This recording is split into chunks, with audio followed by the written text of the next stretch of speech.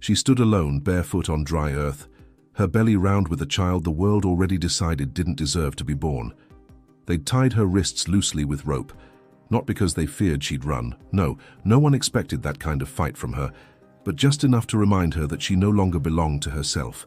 Her dress hung off her shoulders, threadbare and torn. Dust clung to her legs. Her long black hair, tangled and sunburnt, stuck to her cheeks. She didn't cry. She didn't beg. She didn't speak.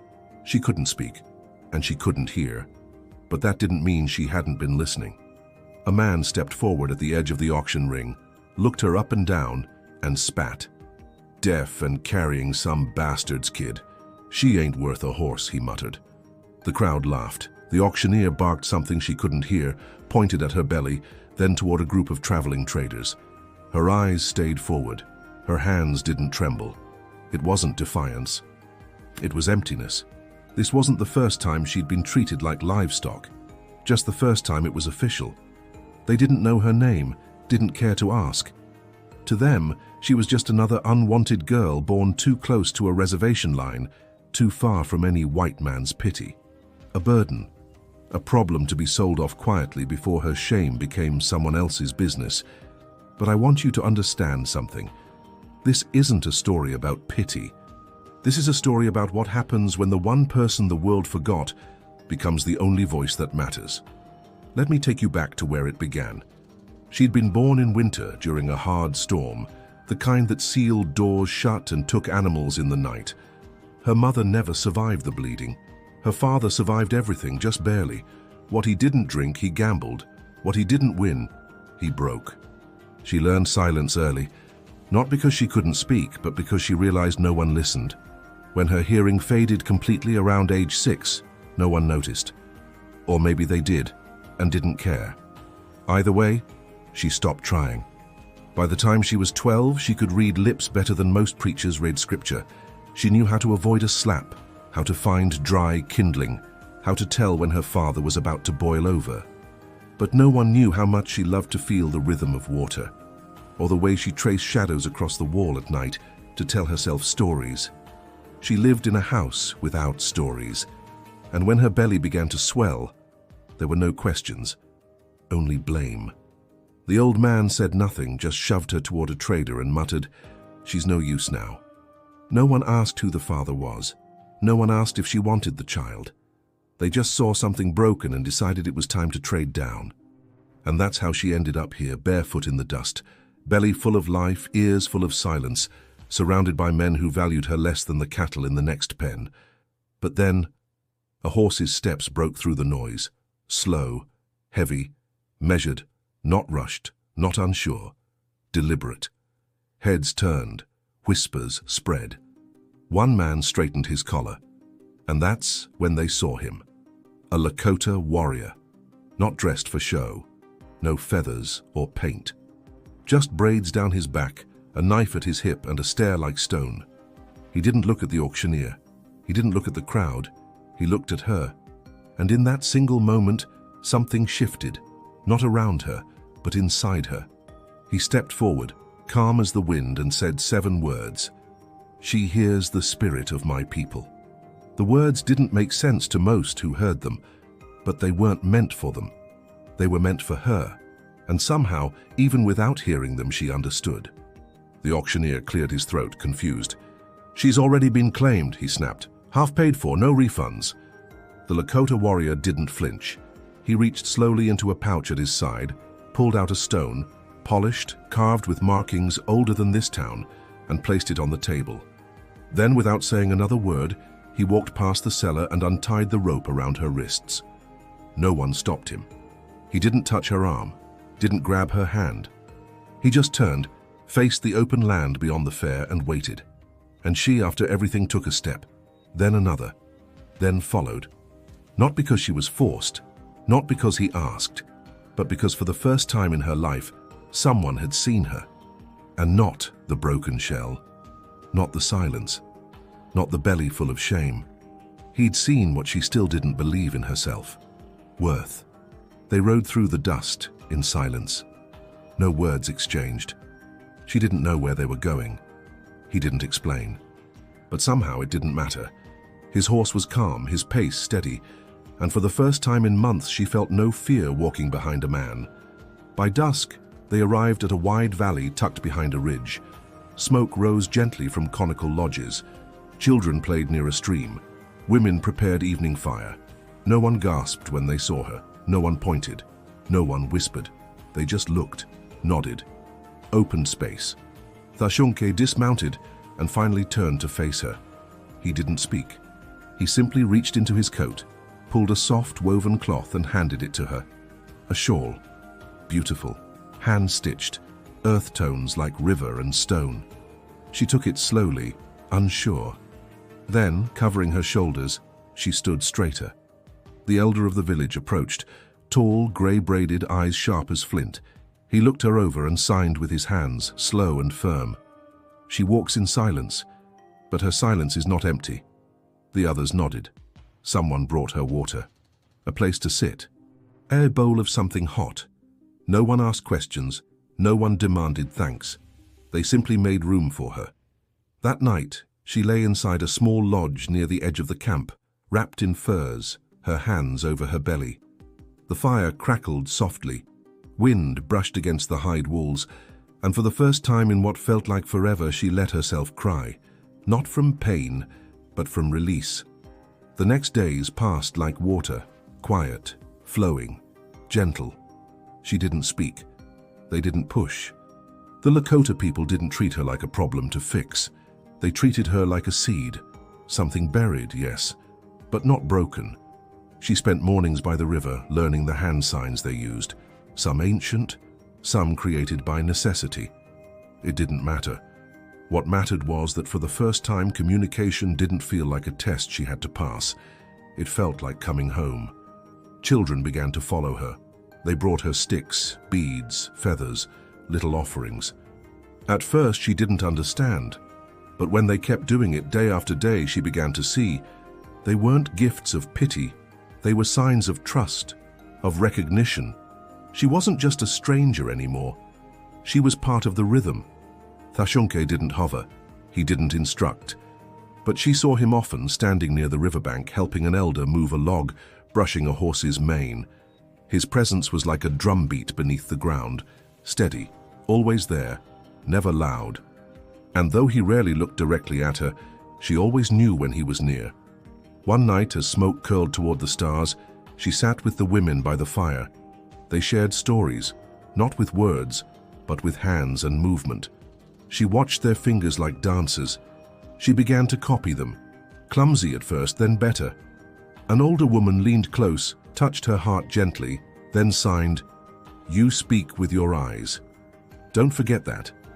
Later, as she lay beneath buffalo hides, she felt the baby stir. A strong kick, a reminder. She smiled to herself, her hand resting where life grew. This child was not born of love, not born of welcome, but it would be raised in peace. Weeks passed. Her stomach grew heavy, her steps slower. But never once did anyone call her a burden. She helped grind roots, she braided hair, she held crying children. Even in silence, she healed others simply by existing among them. The day labor began, the sky was pale with snow clouds. No storm yet, just that heavy stillness that comes before something powerful. The midwife came. The elder women came. So did Thashunke. He didn't enter the lodge, but he sat just outside, facing the door, knife on his lap, as if guarding something sacred. Inside, the fire crackled. Warm hands guided her body. She did not scream. She did not moan. But her breath, measured, deep, primal, moved in time with the earth itself. And then a cry. Not hers. The baby's, strong, alive, whole, a boy. They placed him on her chest, and for the first time, she let herself feel joy without fear that it would be taken. She looked up. Thashunke was there. He hadn't moved, but in his eyes, a softness, like he too had been born anew that day. He signed slowly, "Mani Wichoni," he who hears the water. And she understood, because that's what this child would be, one who hears not with ears, but with soul. Winter settled over the valley like a thick wool blanket. soft but heavy. The snow came in slow waves, covering paths, muffling sound, slowing time. But inside the village, warmth never left. She carried her son in a cradleboard on her back, wrapped in furs, his small head nestled beneath her chin.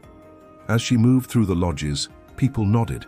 Children reached out to touch the child's feet, not as strangers do, but as kin. And she noticed something. The elders had started watching her, not just with kindness but with expectation. They began inviting her to sit nearer the fire during council. She didn't understand all the signs yet, but she understood the feeling. They were listening to her, even though she said nothing, especially because she said nothing. One night during a full moon, a heated debate rose among the council. A white man had come through the week before, a government scout. He left papers, promises, lies. The message was clear. The people were to leave this land, relocate, farther east, farther from home. Some wanted to fight, others to flee. Fear sat thick in the smoke rising above the fire. She stood at the edge holding her child. Then slowly she walked forward. No one stopped her. She reached the fire. With one hand, she drew a circle in the snow around the flames. With the other, she picked up a stone and placed it in the center. She pointed to herself, then to the child, then to the stone. Then she sat down. No words, just a gesture, a vow. She would not run, she would not scream, she would stay, like the stone, unmoved. The circle she drew remained for weeks. People began gathering around it at sunrise. Children played beside it, placing their own stones inside. And soon no one talked of leaving, because her stillness had become a message louder than war drums. Spring came, slow but certain. Grass pushed through frost. Rivers ran stronger. Her son, now crawling, had a quiet strength in him, calm, watchful, joyful. One day a child fell into the river's edge. The water ran fast. She was the first to move. No panic, just steps. She entered the cold without hesitation, lifted the boy from the current and brought him back soaked, breathless, alive. The child's mother wept and hugged her. The entire village watched in silence, and from that day on, they began calling her the one who moves the water.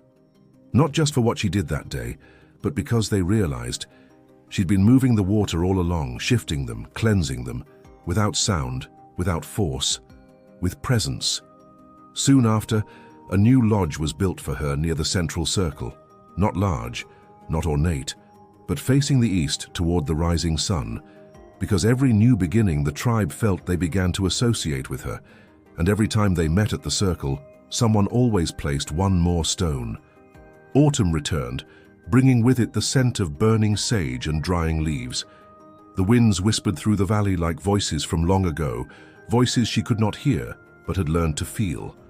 By now, the villagers no longer saw her as the woman who had once been sold. She was something else, a keeper of rhythm, a voice without sound, a presence that steadied the soul. Children sat at her feet, not for games, but for peace. Women asked her to bless their blankets before birth. Hunters offered her their first arrowhead of the season, not as tribute, but as trust. And she moved like wind between trees, gentle, but changing everything in her path. But peace never lasts untouched. Another man came, not a scout this time, but a preacher, dressed in black, eyes full of judgment and gospel. He stood in the center of the village, his voice rising like smoke. He called her a witch, called her silence a curse, said her child was born of sin, not spirit. The people listened, not because they believed him, but because his noise was new, loud, disruptive, unsettling. She stood to face him, not with anger, not with defense, with her son in her arms and nothing in her hands but calm. She didn't sign, she didn't gesture. She simply stood still and looked at him, held his eyes without blinking, and slowly, without a word, the crowd turned away from him. Because in her silence, they heard the truth. And the preacher. He left that night, unable to explain why he felt like he'd just been spoken to by something far older than scripture. Time passed, and her child, Mni Wichoni, grew like a sapling in spring. Strong, grounded, watching everything. Though he could hear, he spoke little. He preferred to sit beside his mother and sign stories to the younger children. He didn't just inherit her stillness, he magnified it. One day, the elder of the tribe fell ill. He called for her, asked to speak to her alone. In his last breath, he signed, "You listen deeper than any of us. When I am gone, they will need someone who remembers the silence between storms." And just like that, without ceremony, without declaration, she became the one others looked to when the fires dimmed. There were hard winters, droughts, tensions with settlers, horses stolen in the night. But through it all, she remained steady. She sat with the grieving, walked with the sick, held babies born too soon, never seeking praise, never asking anything in return. And slowly, stories about her began to spread, past the valley, into trading towns, through distant reservations. They said a deaf woman in the north could calm a village with her breath, that animals stood still when she passed, that storms broke around her lodge but never touched the roof. Some called it magic, others blasphemy. But those who met her never forgot the way she made them feel, like the earth itself had paused, just for a moment to remind them who they really were. Then came the day she didn't rise at dawn. The fire had burned low through the night. Her son found her still, breath quiet, eyes open to the lodge's ceiling. She wasn't gone, but she wasn't fully here either. She stayed like that for 3 days, unmoving, unblinking. Some feared she was slipping away. Others said she was walking between worlds. On the 4th day she stood, walked out of the lodge and said nothing. But from that day forward she was different, not weaker, brighter, as if she'd returned with something the rest of them couldn't yet see. And the elders whispered, "She spoke with the ancestors," and they asked her to keep listening. From that day forward, no one questioned her place in the village. She no longer needed to speak to guide them. Her presence alone, each glance, each breath, each quiet movement, had become the compass they followed. And as for her son, Maniwichoni, he grew into a force of quiet leadership. Where others shouted orders, he simply stood. Where others argued, he listened. And people began to follow not because he commanded, but because he reminded them of her. Together, they became like mountain and stream, stillness and movement, silence and echo. And their bond was something deeper than blood. It was trust. The years passed. Children were born. Stories changed. Seasons circled back again and again. But her lodge remained the same.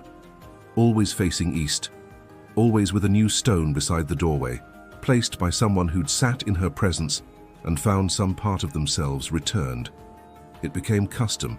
Those seeking clarity would visit her and leave a stone outside. Not for luck, not for blessing, but as a promise to listen better, to speak less, to see more. One summer, when the rains were late and the heat cracked the earth, a small boy fell sick. His mother wept. The healer tried herbs. Nothing helped. His skin turned pale. His eyes dimmed. That night, without being asked, she came to the family's lodge. She took the child in her arms and held him through the night, rocking in complete silence. Her eyes closed, her breath synced to his. By morning, the fever had broken. The boy opened his eyes and signed something his mother didn't understand. But she did. He'd said, "She carries the quiet that heals." Another time, a group of young men returned from a journey across the plains, shaken and silent. They had seen violence, death, betrayal. One of them could no longer speak from shock. Another would not eat. That night, they sat by her fire. No one spoke. No one was asked to. She simply sat with them, hands open, gaze soft. And after hours, one of the boys began to cry, then another, until every one of them had wept into their hands, not from weakness, but from the sacred permission to release what they'd held too long. They left the next morning still changed, but no longer shattered.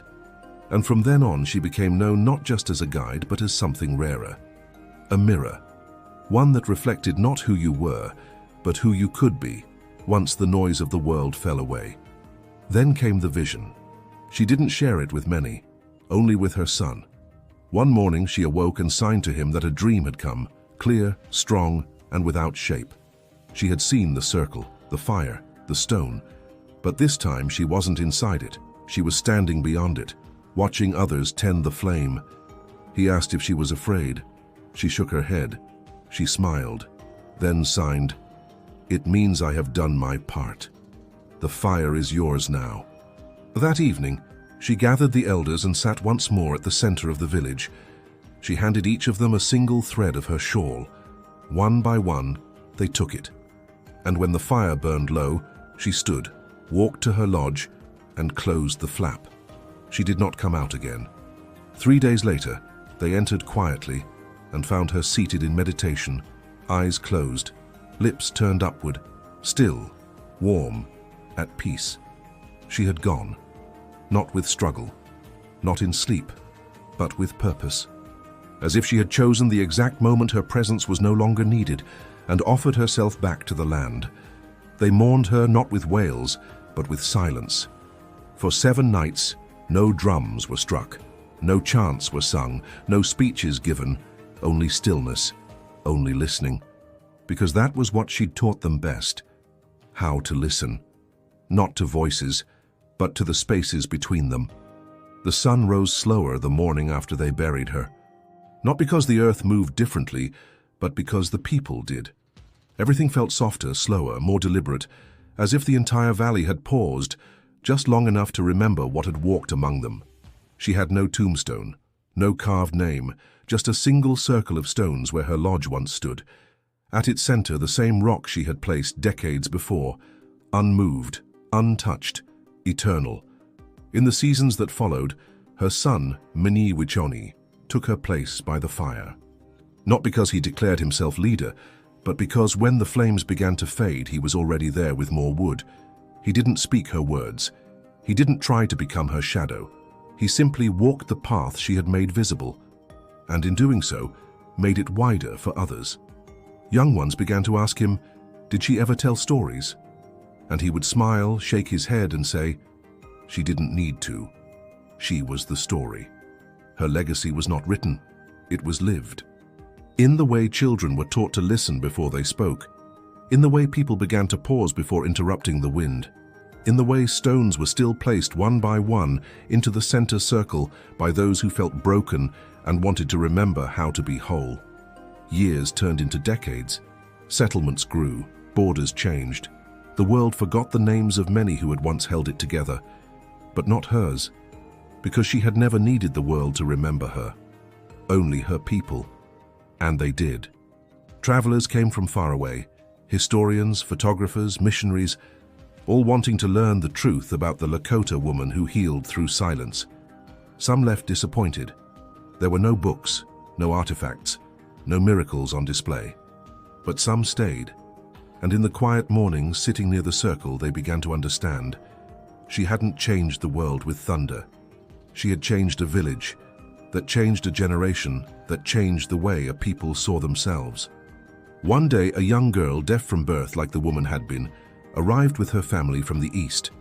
Her parents looked afraid, unsure. They had been told she would never live a full life. Mni Wichoni saw her, invited her to sit. She did. And as they signed slowly, clumsily at first, he smiled with tears in his eyes, because in her he saw what his mother must have seen in him, a future. Unwritten, unapologetic, unbreakable. They gave the girl the same name once whispered across the valley. We are Kang Tipi, she who listens with the inside. Not to replace the woman, but to honor her by living. And you, listening now. Maybe your voice has felt ignored.